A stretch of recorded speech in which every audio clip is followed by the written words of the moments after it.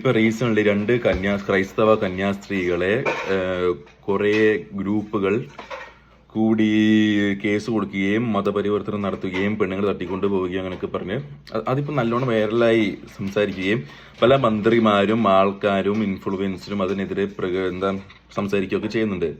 പക്ഷെ ഞാൻ അതിനെതിരെ ആ സ്പെസിഫിക് ആ കന്യാസ്ത്രീകൾ ചെയ്തത് അങ്ങനെ ചെയ്തിട്ടുണ്ടോ ഇല്ലയോ എന്നതിനെ കുറിച്ച് എനിക്കറിയില്ല. പക്ഷെ എനിക്ക് അവിടെ ഉള്ളവർ അങ്ങനെ ചെയ്യാൻ കാരണം ചില ഒന്നുമില്ലാണ്ട് വെറുതെ പെട്ടെന്ന് ഓക്കെ ഈ ടേബിൾ എന്ന ആനയാണ് അങ്ങനെ ആവില്ലല്ലോ, എന്തെങ്കിലും കാരണം ഉണ്ടാവില്ലേ? പിന്നെ ഇത് കുറെ പേര് ക്യാഷ് കൊടുത്ത് മതം മാറുന്നതാണെങ്കിൽ കുറെ റീൽസ് ഇപ്പം ഞാൻ കണ്ടു, ക്യാഷ് കൊടുത്ത് മതം മാറുന്നതാണ് എന്നെ കൂടെ മാറ്റി മലയാളികൾ പറയുന്നത്. ഞങ്ങൾ മാറ്റി എന്നാൽ പിന്നെ എനിക്ക് ക്യാഷ് വന്നോ ഞാൻ മാറിക്കോളാം, ഇത് തിരിച്ചപ്പുറത്ത് കുറച്ച് പൈസ ഇട്ട് ഞാൻ അങ്ങോട്ട് മാറിക്കോളാം എന്നൊക്കെ പറയുന്നല്ലേ. അത് നമ്മളിങ്ങനെ ചിന്തിക്കുന്നു. പക്ഷെ ശരിക്കും ഇങ്ങനത്തെ ഒരു സംഭവം ഉണ്ട്. കാരണം ഓരോ സ്ഥലത്തും ഓരോ വ്യത്യാസമായിരിക്കും. കാരണം എൻ്റെ അനുഭവത്തിൽ കേരളത്തിൽ ഞാൻ തൊടുപുഴ വാഴക്കുളം ആ ഏരിയ ഉണ്ടായിരുന്നു. അപ്പോൾ ഞാൻ എൻ്റെ തറവാട് നിൽക്കുന്ന സമയത്ത് ഒരു ടീംസ് ആൾക്കാർ ഒരു 3 പേര് വീട്ടിലേക്ക് വരുന്നു. അപ്പം ഞാനും എൻ്റെ അമ്മച്ചിയും ഉള്ളേ. അപ്പം അവർ എന്നിട്ട് വന്ന് സംസാരിക്കുന്നത് അവർ ക്രിസ്ത്യൻസ് ആണ്. ഞാൻ എൻ്റെ റിലീജിയൻ ക്രൈസ്തവനായിട്ടാണ് ജനിച്ചത്, ഓക്കെ ക്രിസ്ത്യാനിയാണ്. അപ്പം അവര് ഇങ്ങനെയാണ് അവരുടെ കാസ്റ്റിലോട്ട് അതിപ്പോ ഞാൻ ഓർക്കുന്നില്ല, ചിലപ്പോൾ ഓർത്ത് ഞാൻ പറയാൻ പോകുന്നില്ല ഏതാന്ന്. അവരുടെ കാസ്റ്റിലോട്ട് എൻ്റെ കാസ്റ്റ് ക്രിസ്ത്യൻസിന്റെ കാസ്റ്റിനുള്ളൂ അതിൽ അങ്ങോട്ട് മാറാൻ വേണ്ടി അവരിങ്ങോട്ട് ഈശോന്റെ മാതാവിന്റെ ഔസേപ്പിന്റെ കാര്യങ്ങൾ സംസാരിക്കുന്നു. അമ്മച്ചി അകത്തേക്ക് കയറിപ്പോയി.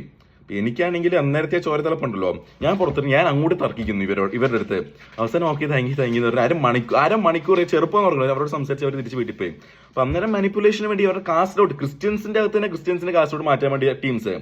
അപ്പൊ ഇതുപോലെ മറ്റു സംസ്ഥാനങ്ങളിൽ ഓരോ സ്ഥലത്തിന്റെ ഓരോ ആവശ്യകതയാണ്. ഇന്ത്യയിൽ ഭയങ്കരമായിട്ട് മതത്തിന്റെ ഇത് കൂടുതലുള്ളതാണ്. അപ്പൊ മറ്റു സംസ്ഥാനം ഫോർ എക്സാമ്പിൾ ഇപ്പൊ എനിക്കിപ്പോ അങ്ങനെ അങ്ങനത്തെ ഒരു ബിസിനസ് മൈൻഡ് ഉള്ള ആളാണെങ്കിൽ ഞാൻ ഒരു സ്ഥലത്ത് പോയി അവിടെ എന്താണ് കുറവ്, ഫോർ എക്സാമ്പിൾ അവിടെ പൈസ ഫൈനാൻഷ്യൽ ഫുഡ് പരിപാടിയായിരിക്കും.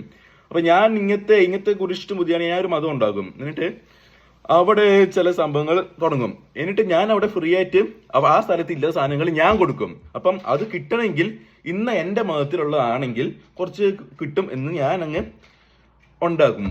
അങ്ങനത്തെ സാധനം വെക്കും. അപ്പൊ അഥവാ അത്രയ്ക്ക് കഷ്ടപ്പെട്ടിരിക്കുന്ന ആൾക്കാരാണെങ്കിൽ അവര് ഓട്ടോമാറ്റിക്കലി അവർക്ക് ബേസിക് നീഡ്സിന് വേണ്ടി ഞാൻ ഏത് മതം എന്ന് പറഞ്ഞിട്ടില്ല, ഞാൻ പുതിയ സാധനം സൃഷ്ടിക്കുവാണെങ്കിൽ ഞാൻ പറയുന്ന എന്റെ ഇപ്പത്തെ ചിന്തിച്ചും പറഞ്ഞ അവര് ഓട്ടോമാറ്റിക്കലി എന്റെ അടുത്തേക്ക് എന്റെ ഓർഗനൈസേഷനിൽ ചേരും ഈ സാധനങ്ങൾ കിട്ടാൻ വേണ്ടി. ഫോർ ബേസിക് നീഡ്സ് ആണ് ഈ പോരും അങ്ങനെ വരും. അപ്പൊ അങ്ങനെ ഉണ്ടാവുമ്പോൾ ഇത് ഇങ്ങനത്തെ പരിപാടികൾ ഇല്ല എന്ന് പറയുന്നില്ല.